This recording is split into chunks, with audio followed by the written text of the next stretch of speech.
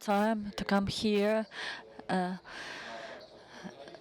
So I'm addressing to speakers and journalists. We have a video online broadcasting, so you can watch the recording later. As for our colleagues and journalists, you will have an opportunity to ask questions to our speakers.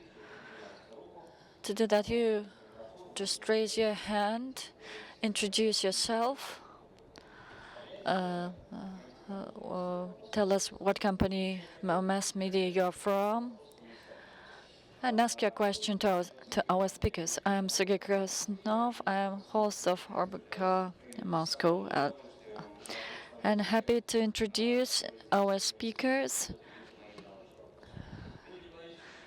Dmitry Dubovik is the Director General of the North-South Club. Then Mr. Kirimov, Alliance Multimodal, subsidiary of Alliance Logistics.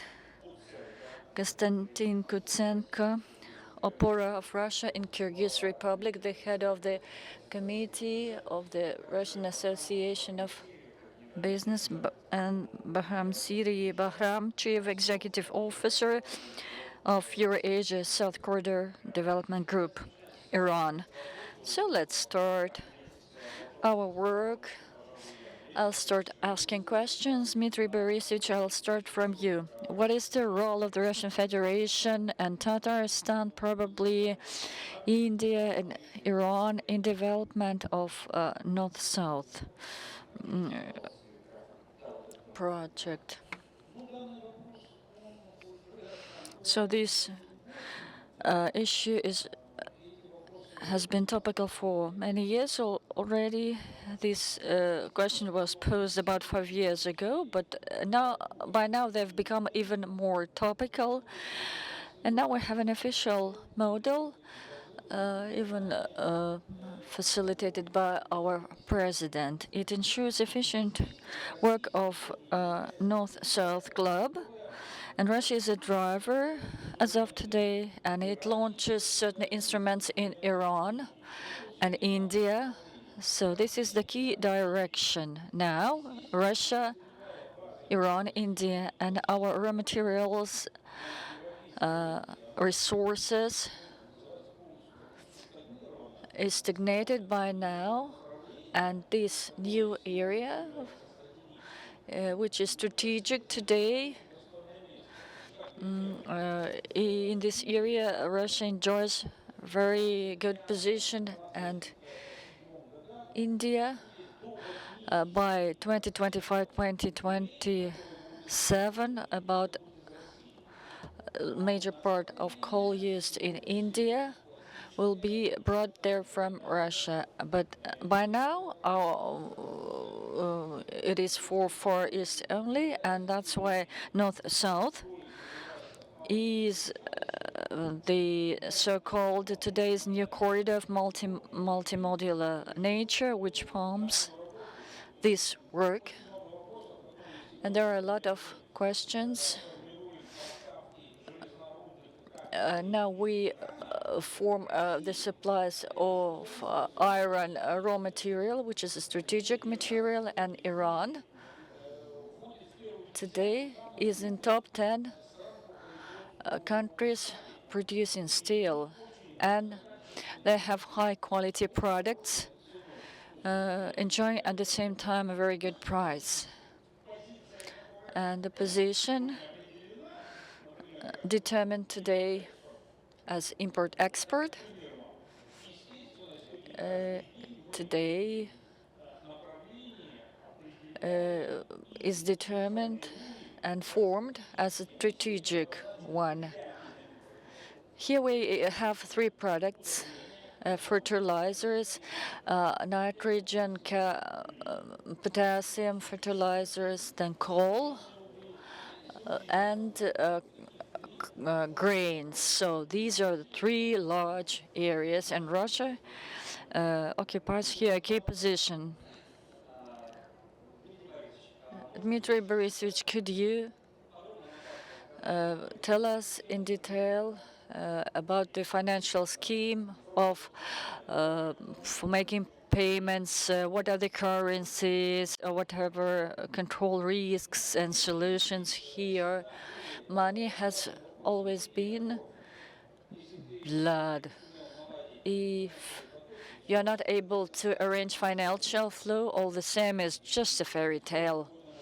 You can say anything, but if you are not available to make a model, you just dream about it. So that's it. And as of today, this is the situation. But when 4 years ago we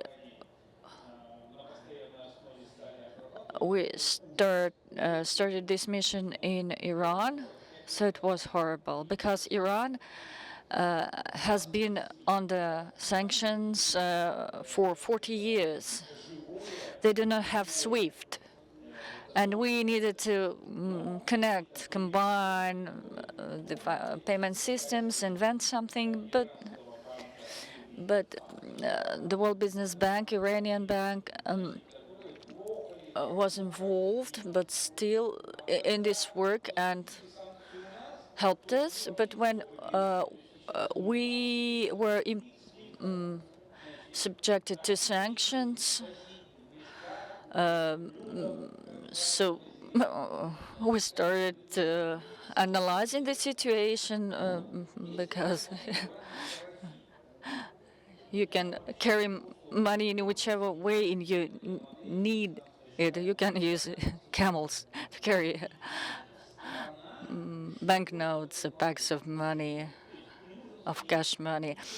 So, so the Surfy model exists, and this model is based on the word and trust, and this model still works. A lot has changed by now. Today we have very clear rates, ruble to real, and banks today have warranties and letters of credit for these currencies, and the problem has been solved. Probably not in a perfect way, but still it has been solved. But today we have other problems covered by business. By now it's prices. So freight for the Caspian Sea is the most expensive in the world, actually. The freight usually costs $25, while in the Caspian region it costs $80. It is the sign of lack of the fleet of ships. So today we have to build new ships for the Caspian Sea and thus decrease the rate.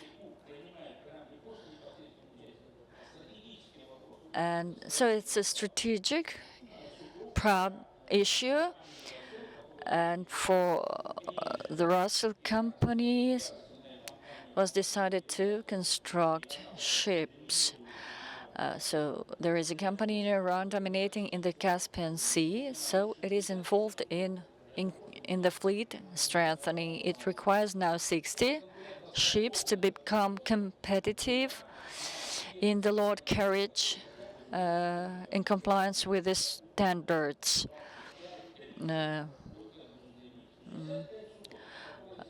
That could be compared to the Black Sea, 65 ships as a whole. And we've conducted negotiations with India and decided to construct ships at Goa. It's not as simple, but still there is an agreement. As for OSK, there is no place, no free facilities to build ships. On the one hand, it's good because all the facilities are very well used, but we are still lacking facilities. And we can use rupees that we collected today on our bank accounts in Indian banks, so we can make negotiations in the rupees. Thank you very much for your answer. I like the way you told about it. So the next person to Mr. Bahram Siri. So Mr. Bahram Siri, what should be done to improve logistics and transports of goods and carriages? So how acute the situation is in your country? Maybe the construction doesn't meet the requirements, so then we need to create new crafts. And are there enough rights for railroads? So what can I say about that on your behalf?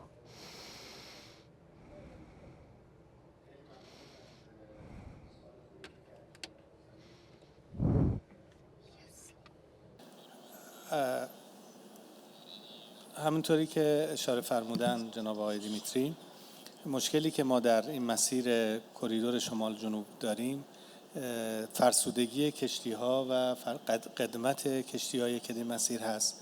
به همین جهت یکی از کارهایی که باید در این زمینه اتفاق بیفته نوسازی ناوگان دریایی خزر هست. نکته دوم، مشکلی که در ایران هست و متاسفانه سالهای قبل اتفاق نیفتاده، موضوع اتصال ریل رشت به آستاراست که در دولت جدید به سرعت در حال انجام هست که اگر اون اتفاق بیفته با اتصال ریلی خیلی کالا به سرعت میتونه از سرزمین ایران از طریق آذربایجان به روسیه برسه. به همین جهت ما در این فاصله گروه ما در حوزه جاده‌ای سرمایه گذاری کرده و با اختصاص 5000 کامیون در مسیر سرزمین ایران، یعنی از خزر، آستارا، بندر انزلی تا بندر عباس و چابهار، تا وقتی که ریل متصل میشه این نقیصه رو در حال رفع کردن هست. موضوع بعدی برای تعامل بیشتر واردات و صادرات و تامین کالا از طریق روسیه برای ایران یا ترانزیت از مسیر ایران همت بخش خصوصی رو میطلبه. یعنی باید بخش خصوصی و صاحبان کالا جدیت بیشتری داشته باشند و الان احساس میشه یک نوع نگرانی از صاحبان کالا دارن. نگرانی اول موضوع تحریمه که اگر بتوان مثلا با از طریق ایران کاری اتفاق بیفته موجب تحریم قرار بگیرن. موضوع دوم بحث مباحث مالیه که شما بهش اشاره کردید. همونجوری که جناب آقای دیمیتری فرمودن الان ما در این زمینه هیچ گونه مشکلی نداریم. چند روز پیش بانک مرکزی ایران رسما اعلام کرد سرمایه‌گذارها و صاحبان کالا و تجار می توانند با ریال و روبل معامله خودشون رو انجام بدن. یعنی الان بحث ریال و پرداخت با روبل از طریق بانک‌های ایرانی رسما انجام شده. Спасибо большое. Я вижу, что у нас есть небольшие трудности с переводом. I see that we have difficulties with interpretation, so I hope that at least some people could hear it from Farsi. So we are sorry for this technical inconvenience, and we will continue our press conference. So, Emin Kerimov, the question is for you. So, how interesting the project is for you? To what extent it is interesting for your country, and what can you give in exchange? Yeah. As for Azerbaijan, it's very important. This project is very important as Azerbaijan is constantly developing, and if we take into consideration the situation that we have last year, so the situation was far from perfect, and now we're having investment, and we are trying to improve the main part of the route on this. So if we take the capacity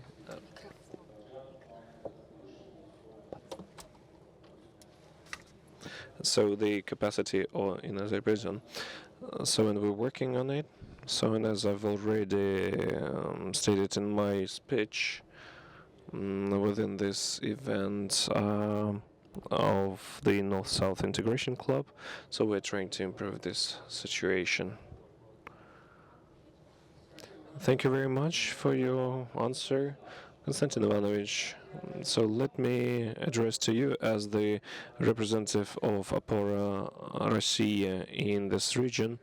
So, what is your estimation of this product, and what are the peculiarities that you would like to highlight? Maybe financial or technical, or maybe insurance problems that we may face. So, something that's haven't been mentioned, but it would be interesting for journalists as well.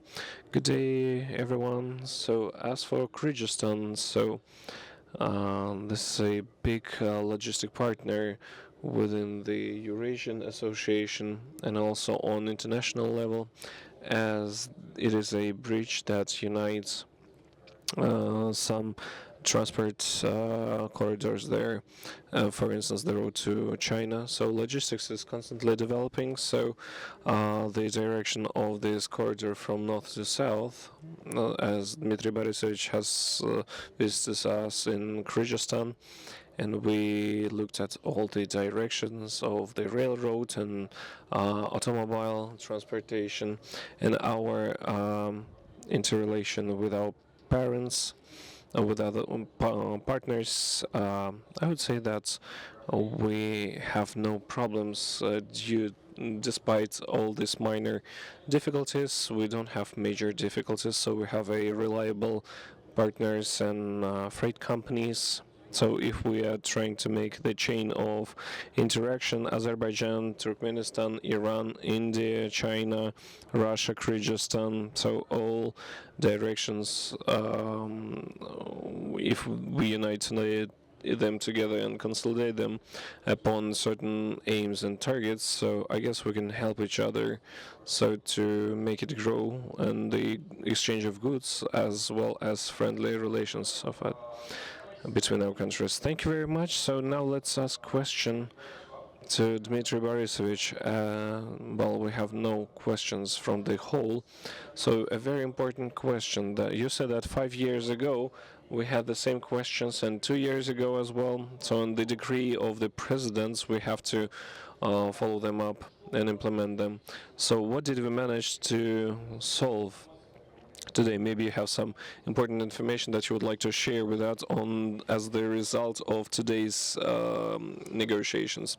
So maybe you have some updates to these current moments. So there are no secrets, completely no. So we have a systematic work in north and south. So this project lasts for last 20 years. Can you imagine? 20 years we've been talking and looking for this launch command, and now we finally has launched it. So before it was just a mere talks, but now we finally started this project. So to make it, at that time we needed to make a simple work to discuss the rates for transportation. And 5 years ago, when we used Kazakhstan, Turkmenistan to Iran, so the freight cost a decent amount of money, much higher than usual. So, and what should be done with this freight? So we needed just to give to people as a charity, as the rates they consumed all the expenses. So it was very unprofitable for business. So, and these were the main weak points that we had to discuss about that. Well, sometimes it's quite hard to negotiate even within a family. And now we have to deal with different countries, different people, and everyone should understand each other as one, and everyone should agree upon that we need to change the perspective, the concepts, and to make competitive rates. So if, for example, provided some fertilizers or some food supplies, so it should be a competitive price. And if we transported it and the goods cost 3 times more, so no one would no one would buy it. So, and we start this routine work from 8 to 8, 12 hours a day. There is a saying in Russian that if you hit a rabbit in the head for the whole week, so it will start automatically launch and perform some actions. So within a week you would succeed. And today we have launched it. So today we provide fertilizers and will launch, I hope that's in June or July, we'll start coal transportation with railroads, Russian railroads. So we already had all the meetings, and through Kazakhstan, Turkmenistan to Iran we will transport coals. As for fertilizers, they are already in the supply system, so they come to Iran port Bandar Abbas, then they're repacked to the ships, and they started to be transported to India. So there is only one magic word: we have to work. And as well, we have to set up a goal. Well, unless the lightning strikes, so we all waiting for some sign. So now, and the thunder and lightning finally struck, and we all, like, I would say we were moving in quite a high pace, but now we sped it up. We just leaped as a marathon runner, I would say as a sprinter, and we started to work in Astrakhan, and the new harbors, new ports have been started to build in Iran. So this is our national way of dealing with it. I would like to protect Russians, so yeah, that we plan for a very long time, but we are quite speedy in our movements. So I definitely agree with you.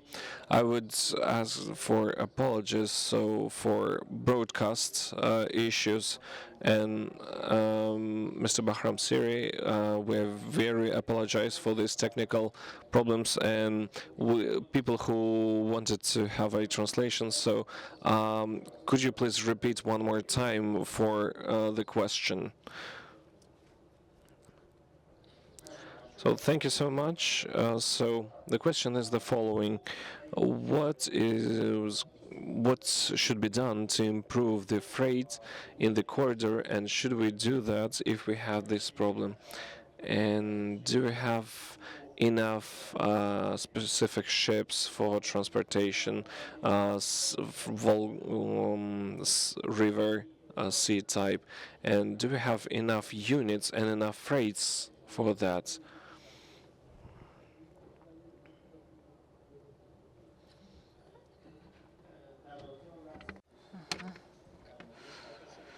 As for the ships,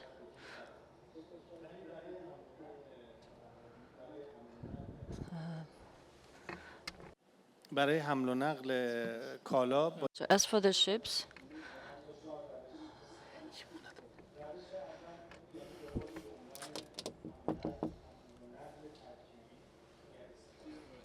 first of all, the important thing here is logistics, and a part of our freight should be transported through the railway.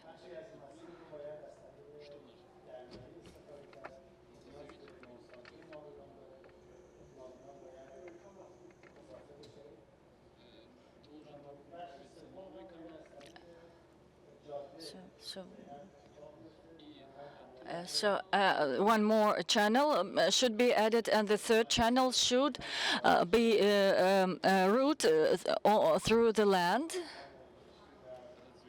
If they develop, if the fleet develops and port infrastructure develops, then this problem will be solved in future. As for now, there are conditions for transportation of 5 to 10 millions of tons of cargo, but if we increase the load capacity, we will not have the transportation facilities.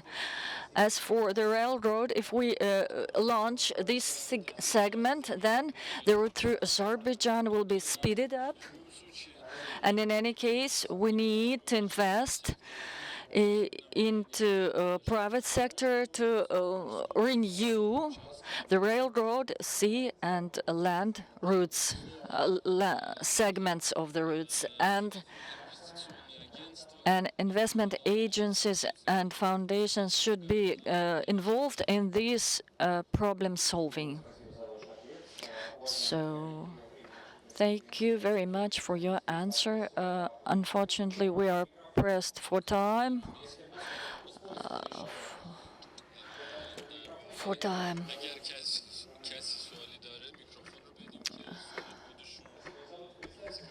So please ask the questions if you have any. Retrograde Journal, you said that we need private investments. So my question is,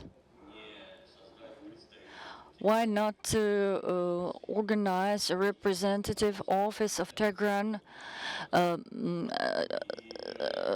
stock in Russia? We know pretty well that bankers in Russia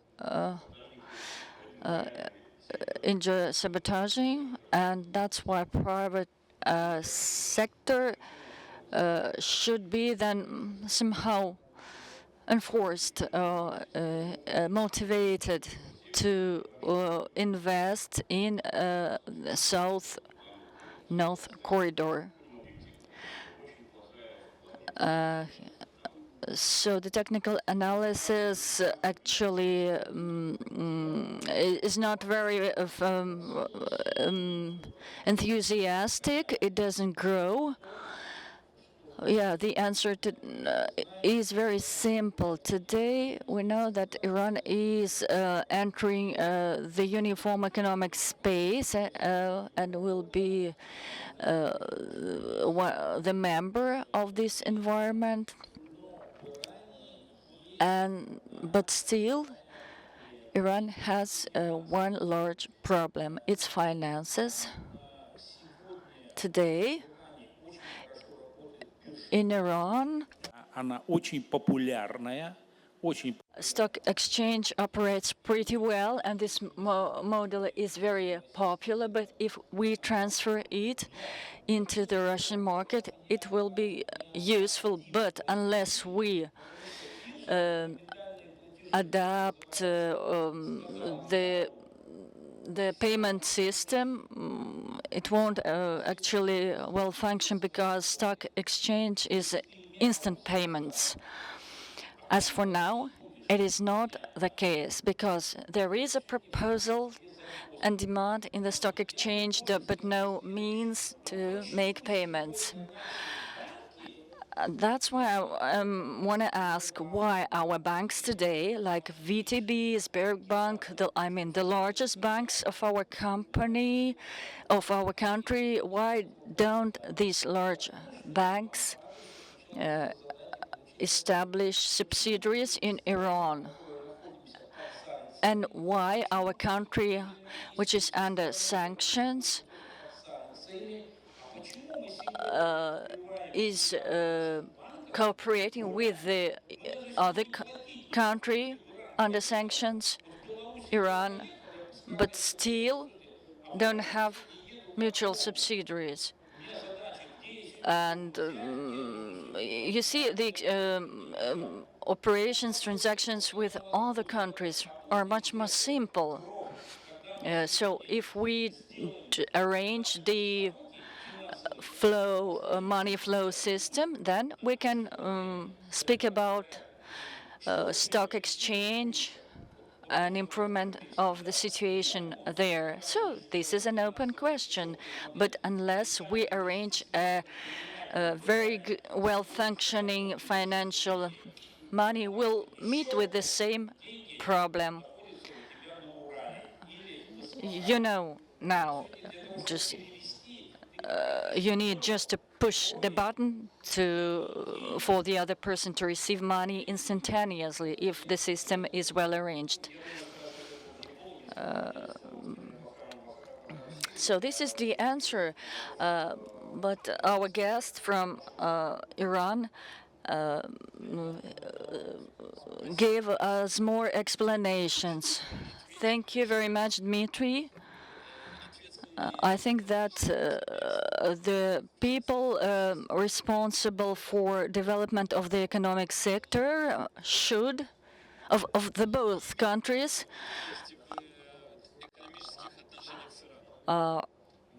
actually are not sure what are the rules of economic cooperation between our two countries. Within the last 10 years, we have been actively cooperating with each other, but these countries are both under sanctions, but still by now they haven't used the full potential of this situation. Are we expecting for a miracle to happen, or are we waiting for the West to do something else? I think this question can be solved very quickly. Iran imports grains to over than $16 billion. The major part comes from Brazil, along with the meat. And if we focus just on these group of products and feed as well, and if we bring these products from Russia as well, then we will carry about 30 million of tons of products only in this sector, saying nothing about crude oil and other sectors, if we are willing to.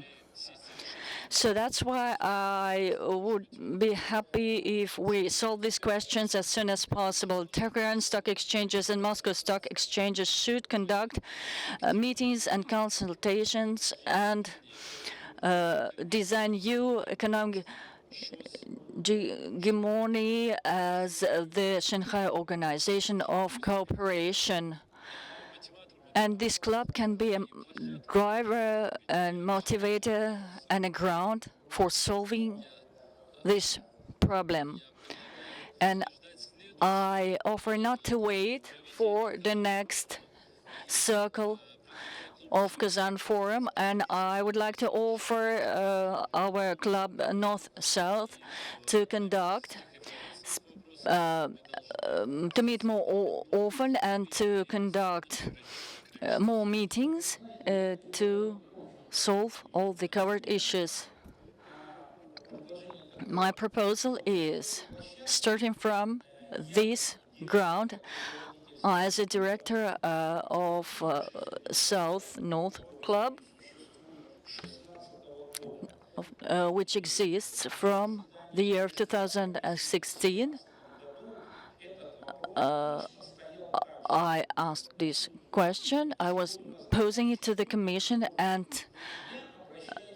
currently, in 2024, this issue is still topical. And I'd like to address to our President, and if he gives the command today, then the issue will be solved. And I would like to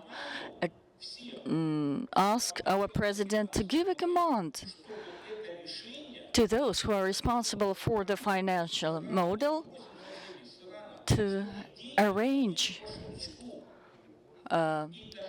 all the issues in the financial sphere, and then it will be done. It will be done very quickly, and the payment system will be invented, whether it's a camel or a modern payment system. So this issue has been discussed since 2017. Dear Vladimir Vladimirovich, please help us So it was a very sharp conference and very, very urgent issues were discussed, and I want all the representatives of all the countries involved contribute to it. I wish you good luck, and thank you for attending Kazan Forum. Goodbye, dear colleagues.